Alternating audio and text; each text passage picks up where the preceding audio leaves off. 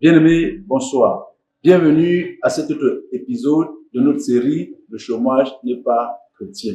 Après plus de 25 épisodes, aujourd'hui, nous sommes au 29e et nous parlons toujours de la grâce de Dieu dans l'effort chrétien. Est-ce que la grâce de Dieu annule l'effort? Est-ce que le chrétien a des efforts à faire? Ou bien il doit simplement prier? Non, nous disons que les miracles accompagnent ceux qui ont. Dieu est avec nous tous les jours pour nous accompagner. On accompagne celui qui marche. On accompagne celui qui est debout. On accompagne celui qui agit. Jésus même de passage sur cette terre a dit, mon Père agit, moi aussi j'agis. C'est dans nos actions que nous voyons Dieu. Celui qui n'agit pas, celui qui ne s'élève pas, ne verra jamais Dieu. Bien-aimés, nous devons nous lever. Et la Bible ne cesse de parler de l'effort. Faites tous vos efforts pour joindre à votre foi. Pour tous vos efforts.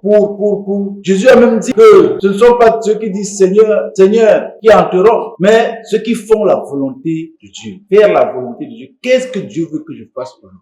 À chaque jour suffit sa peine.